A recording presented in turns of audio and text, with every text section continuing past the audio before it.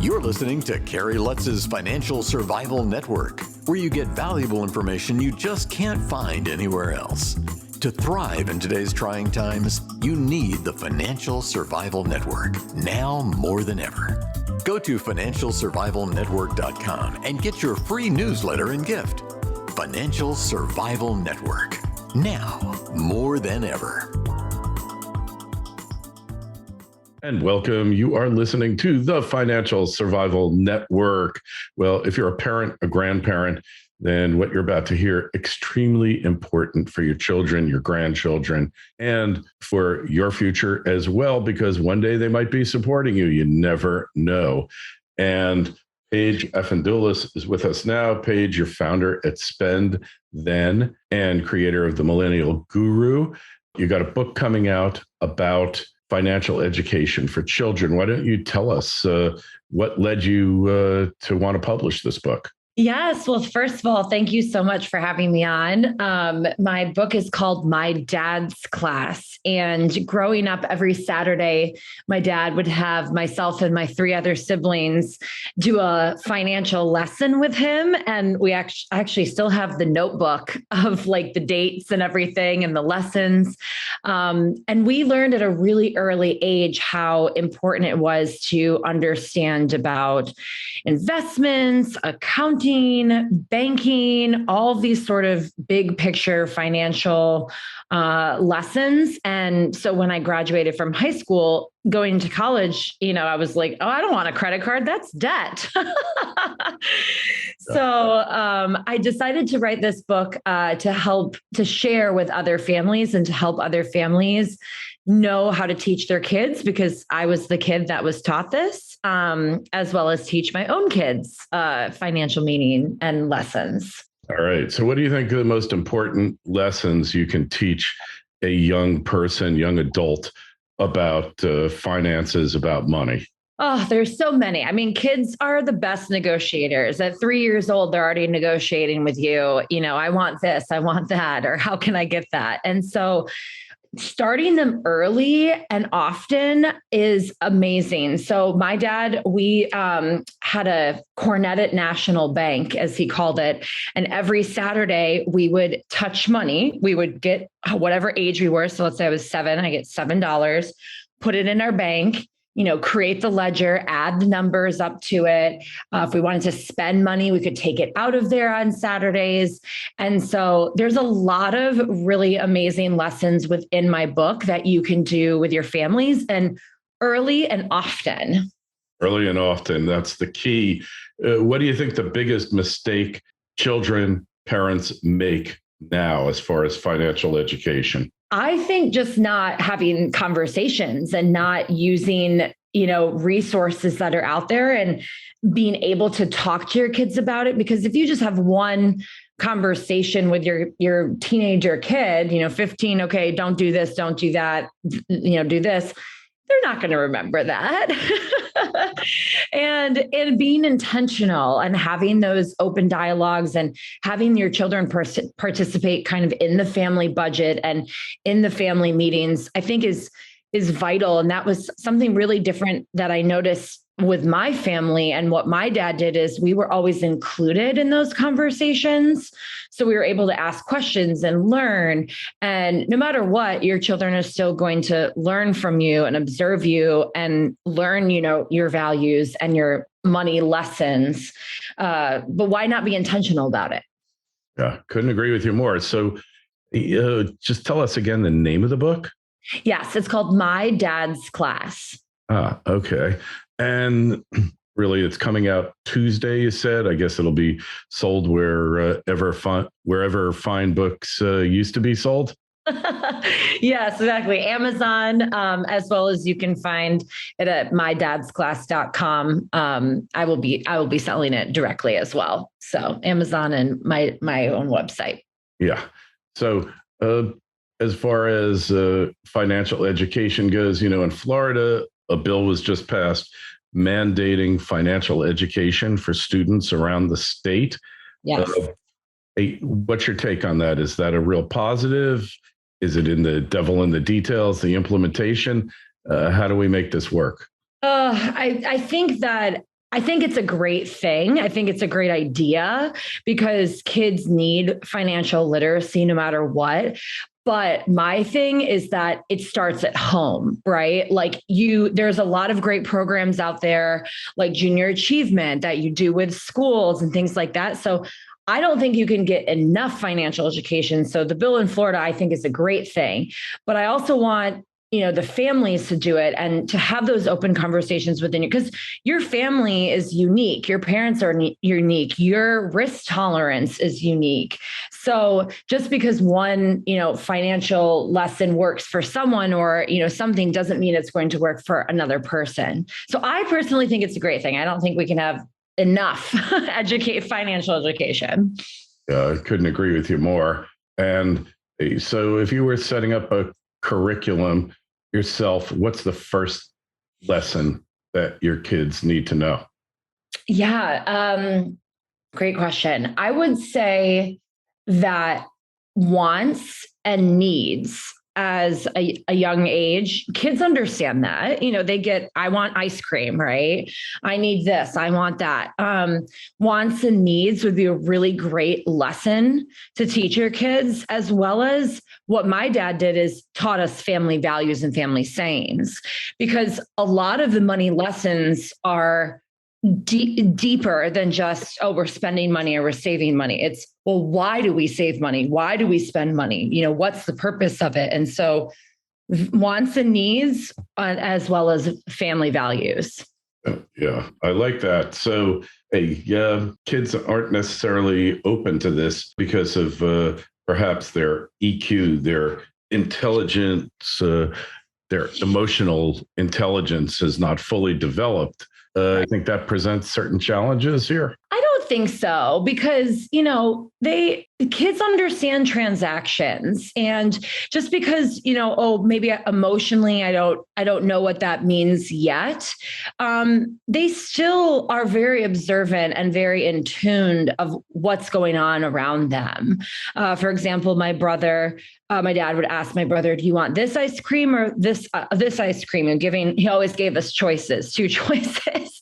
And my brother was like, both. I want it all. I want it all. And he was like, yeah, you can have it. That was a good answer. You can have both. So. Yeah, I want everything. What's wrong with that? Hey, kids do want everything. It's hard for your children to put things into perspective, if you will, right? Don't just survive, thrive. The Financial Survival Network. Torque Resources is an exploration company establishing a portfolio of premier copper gold early stage projects in Chile. Torque's management and technical teams have a strong track record of raising capital, discovery, and monetization of exploration successes. The company's Margarita Copper Gold project is located within the prolific coastal Cordillera Belt in Chile, which hosts some of the world's largest and most profitable copper mines. The Margarita project possesses excellent discovery potential for a major copper discovery due to the strength of the alteration system, large-scale magnetic targets, and the presence of copper oxide mineralization. Drilling is anticipated to begin in Q3 of this year. Torque trades in Canada under TORQ and on the OTC under TRBMF. To learn more, go to torqueresources.com. That's torqueresources.com.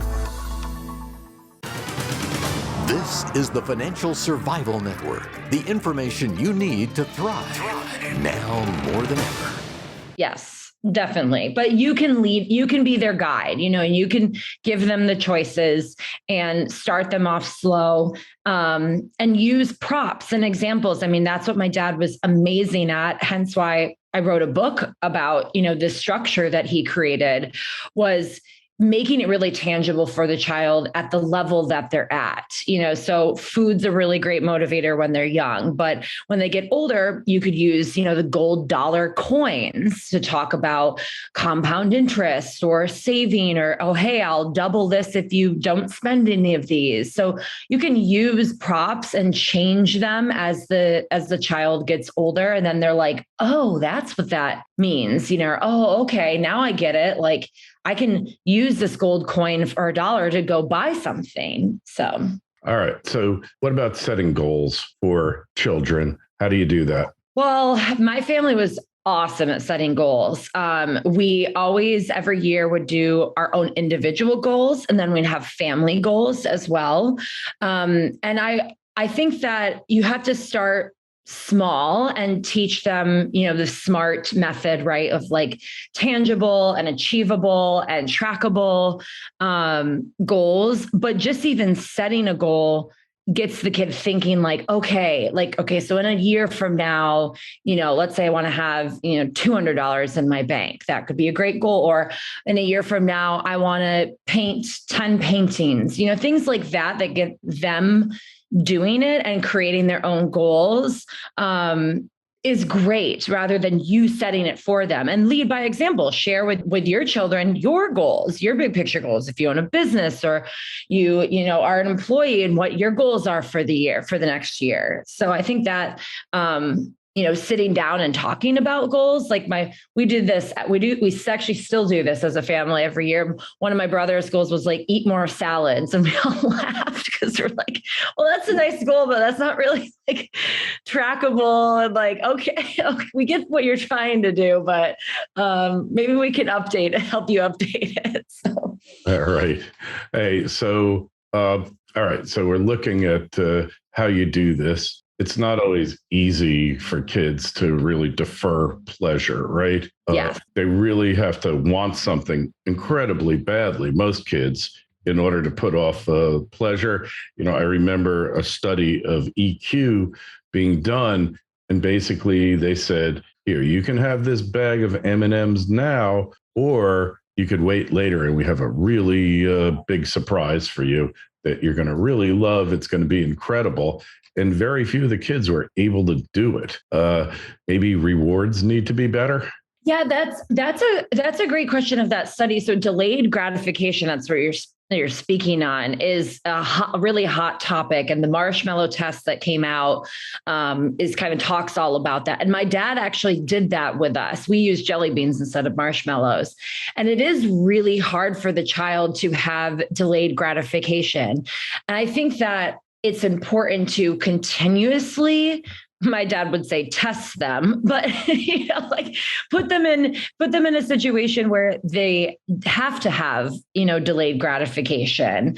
It's hard for the child, but also it builds that sort of, muscle of, oh, it's better to wait for it. So I don't think it's necessarily the prize. It's more of just doing it more often than one time. Right. Mm-hmm. So kind of continuously doing it, and maybe with different tools too. Maybe it's not just food. Maybe it's exactly like you said. Okay, maybe a trip somewhere, a mystery trip surprise. So. Yeah. So because too often in our world here, it's social media, phones, smartphones, everything else, it's instant gratification, and all these cues the kids go for instant gratification, and really causes them to miss out.